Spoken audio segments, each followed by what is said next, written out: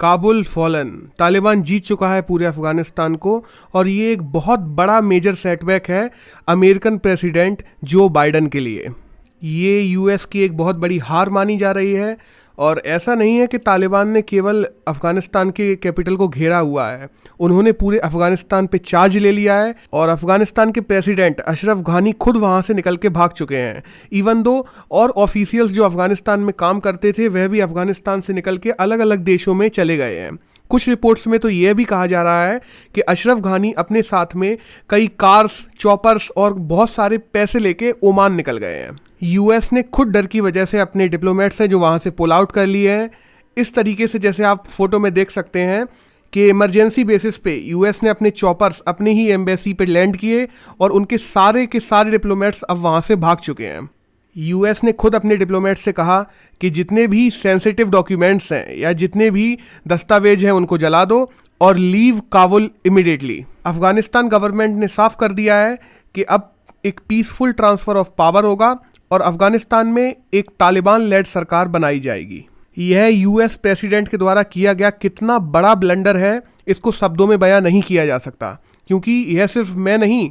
International media, चाहे हम UK की मीडिया की बात करें या यूएस के मीडिया की, सबका कहना यही है कि जो बाइडन की प्रेसिडेंसी इस बिग ब्लंडर जो उन्होंने अफगानिस्तान में किया है इसके लिए याद रखी जाएगी। तालिबान ने केवल यहाँ कब्जा नहीं किया है बल्कि यूएस के मिलिट्री सोल्जर्स द्वारा खून बहाकर पकड़े गए उन आतंकवादियों को छोड़ने का फैसला भी कर लिया है जो कि तालिबानी थे और जिनके लिए यूएस के सोल्जर्स ने अपना खून पसीना बहाया था। अचानक से जो बाइडन ने पैनिक मोड में आके जो इवैक्यूएशन किया है अफगानिस्तान से, उसको देखते हुए यूएस मिलिट्री के लोग खुद कह रहे हैं कि हमें खुद नहीं पता कि हमारी गवर्नमेंट कब क्या कर दे और उनकी खुद की मिलिट्री यूएस गवर्नमेंट पे भरोसा खो बैठी है। इनका मीडिया खुद ये पूछ रहा है कि अफगानिस्तान का जो कोलैप्स हुआ है विद इन अ डेज, उसके बाद यूएस पे क्या कोई अदर देश किसी अदर फ्रंट पे भरोसा कर भी पाएगा कि नहीं। यूएस के जो एलाइज हैं, जो मित्र देश हैं, वो भी यूएस के साथ में अदर फ्रंट पे काम करने के लिए एक बार फिर सोचेंगे, क्योंकि कुछ ही दिनों पहले एक रिपोर्टर ने जब जो बाइडन से पूछा था कि तालिबान जो अफगानिस्तान पे कब्जा कर रहा है वह इनएविटेबल है कि नहीं, तो जो बाइडन का कहना ये था, Is a Taliban takeover of Afghanistan now inevitable? No, it is not. Because you have the Afghan troops have 300,000 well equipped as any army in the world, and an air force against something like 75,000 Taliban. It is not inevitable. सबका ये मानना था कि 30 अगस्त जो US ने date दी थी, कम से कम तब तक तालिबान अफगानिस्तान को नहीं हथियाएगा। बट तालिबान से जितने भी टाइज किए गए थे यूएस गवर्नमेंट द्वारा वो सब तोड़ दिए गए और तालिबान ने बहुत जल्दी ही रैपिडली पूरे के पूरे अफगानिस्तान को हथिया लिया है। इनमें मेजरली कहा जाए तो अफगानी गवर्नमेंट के द्वारा बनाए हुए जो आर्म्ड बेसिस थे, जब तालिबानियों ने धीरे धीरे उन्हें घेरा तो वहाँ से अफगानिस्तान के जो मिलिटेंट भागे हैं उनके द्वारा छोड़े हुए आर्म्ड व्हीकल्स और जो अत्याधुनिक हथियार हैं वह तालिबानियों के हाथ लगते गए और यह एक बहुत बड़ा मेजर रीजन है जिस वजह से तालिबानियों ने इतनी जल्दी पूरे अफगानिस्तान को हड़प लिया। अशरफ घानी की जो सरकार थी अफगानिस्तान में, उनके द्वारा बार बार गुहार लगाई गई कि प्लीज़ हेल्प अस, बट जो रिजल्ट है वो हम सब लोगों के सामने है कि किसी भी देश ने उनकी आगे आके इस समय मदद नहीं की।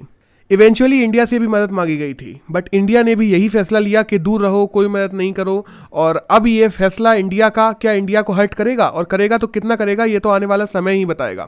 बट बेसिकली माना यही जा रहा है कि अगर हर्ट करेगा भी तो हमें केवल कश्मीर के एरिया से करेगा, क्योंकि पीओके के थ्रू पाकिस्तान तालिबानियों को भेज सकता है इंडिया में इंडिया के लोगों से अपने फ़ायदे निकालने के लिए, बट इसके अलावा कोई मेजर इम्पैक्ट इंडिया पे इसका दिखाई नहीं देगा। वहीं हम बाकी बड़े देशों की बात करें जैसे डेनमार्क, नॉर्वे, स्वीडन और अन्य यूरोपीय देश, वो भी अपने ब्यूरोक्रेट्स को यहाँ से निकाल रहे हैं और अपनी एम्बेसीज को अफगानिस्तान में बंद कर रहे हैं। इंडिया ने भी अपने लोगों को अफगानिस्तान से निकालने का फैसला किया है और अपनी फ़्लाइट्स को भेजा है अपने लोगों को अफगानिस्तान से वापस लाने, बट इंडिया की एम्बेसी अफगानिस्तान में बंद करने को लेकर अभी तक कोई फैसला नहीं लिया गया है। तालिबान ने हालांकि बोला है कि किसी भी डिप्लोमेट को हम किसी भी तरीके से परेशान नहीं करेंगे, बट कोई भी देश रिस्क नहीं लेना चाहता और कोई भी देश तालिबान पे इस बात को लेके भरोसा नहीं कर रहा है। बट यहीं जब हम पाकिस्तान और चाइना को लेके देखते हैं तो उनके लिए ये एक ह्यूज डिप्लोमेटिक विक्ट्री है। पाकिस्तान के लिए देखा जाए तो इंडिया का इन्फ्लुएंस है वह अफगानिस्तान में ख़त्म हो चुका है। कई सालों की जो डिप्लोमेटिक जीत थी वह मिट्टी हो चुकी है। सारे डेवलपमेंट जो इंडिया के द्वारा किए गए थे वह सब तालिबान के हाथ में चले गए हैं और यह पाकिस्तान के लिए एक तरीके से एक स्ट्रेटेजिक जीत है। वहीं दूसरी तरफ जैसे अभी अफगानिस्तान तालिबान ने अफगानिस्तान पे कब्जा कर लिया है, जो तकरीबन एक 75-80 हज़ार लोगों का ग्रुप है, इसी तरह वहाँ पे एक छोटा ग्रुप है तालिबान पाकिस्तान करके भी। पाकिस्तान को लग रहा है कि उस ग्रुप से वह फ्यूचर में अपने स्ट्रेटेजिक फ़ायदे अफगानिस्तान से निकाल सकेगा। बट दूसरी तरफ रिलीजियस फंडामेंटल एक इतनी खतरनाक चीज़ होती है कि जब भी हम इसके साथ खेलते हैं तो कब यह हमारे हाथों के बाहर निकल जाए और कब यह कंट्रोल के बाहर हो जाए कोई नहीं बता सकता। By the way near future में पाकिस्तान को इसके रिपरकशंस झेलने पड़ सकते हैं। हाल ही में हम देख रहे हैं कि कराची में एक आतंकवादी हमला हुआ है और धीरे धीरे पाकिस्तान में भी आतंकवादी हमले बढ़ रहे हैं। और जब पड़ोसी देश में तालिबान जैसी सरकार हो तो एक देश के लिए उसकी सोवरेनिटी और उसकी सुरक्षा करना और ज़्यादा इंपॉर्टेंट हो जाता है और उसके लिए आतंकवादी संगठनों के खतरे और ज़्यादा बढ़ जाते हैं। बट दूसरी तरफ हम ये भी देखते हैं कि चाइना के लिए भी एक बहुत बड़ी अपॉर्चुनिटी है, क्योंकि कुछ ही दिनों पहले चाइना के डिप्लोमेट्स ने तालिबानी लीडर्स के साथ में एक मीटिंग की थी और वह चाह रहा है कि वह खुद से अफगानिस्तान में जाके उसके जो नेचुरल रिसोर्सेस हैं, उसके जो मिनरल्स हैं, उनको निकाल सके और अफगानिस्तान के नेचुरल रिसोर्सेस और उसके मिनरल्स को अपने फ़ायदे के लिए इस्तेमाल कर सके। चाइना ने कुछ दिनों पहले यह साफ कर दिया था कि जिस दिन तालिबान अफगानिस्तान पे अपनी गवर्नमेंट बना लेता है उसी दिन चाइना तालिबान को एक गवर्नमेंट के रूप में रिकॉग्नाइज कर देगा और वही वह आने वाले नियर फ्यूचर में करने वाला है। खून यहाँ पे यूएसए ने बहाया है और इन दी एंड अब वहाँ पे गेन करेगा चाइना। और तालिबान के आने से जो सबसे बड़ी प्रॉब्लम अफगानिस्तान में होने वाली है वह होने वाली है ह्यूमन राइट्स को लेकर,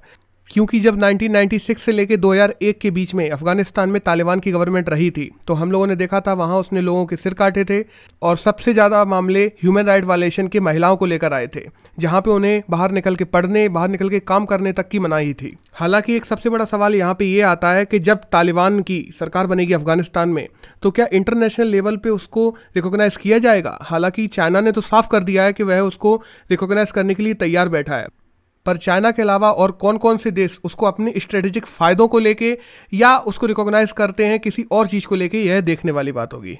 रशिया ने यहाँ पे यूनाइटेड नेशन से कहा है कि एक इमरजेंसी मीटिंग बुलानी चाहिए अफगानिस्तान को लेके और इस पर बात करनी चाहिए। बट एट द एंड यही कहना चाहूँगा कि अफगानिस्तान की पिछले 20 साल में जितनी भी डेवलपमेंट हुई थी वह सब मिट्टी हो चुकी है और अफगानिस्तान 20 साल पीछे ढकेल दिया जा चुका है। और जैसे फ़ोटो वीडियोस अफगानिस्तान से आ रहे हैं, लोग अफगानिस्तान से निकलने के लिए एयरपोर्ट पे जमा हो गए हैं और आने वाले हर प्लेन को घेर लेते हैं और वहाँ पे भगदड़ में भी काफ़ी लोग एयरपोर्ट पे मारे जा चुके हैं। इवेंचुअली जब उनको प्लेन में घुसने नहीं दिया जाता तो काफ़ी लोग प्लेन्स पे लटक जा रहे हैं, उसके व्हील्स पे लटक जा रहे हैं, जिस वजह से वहाँ से ऐसे वीडियोस भी आ रहे हैं कि लोग प्लेन्स से हवा में गिर गिर के मर रहे हैं। अब ग्लोबली और इंडिया का इस पर कैसा स्टैंस रहता है और अफगानिस्तान का आने वाला फ्यूचर कैसा होगा, यह तो वक्त ही बताएगा। धन्यवाद।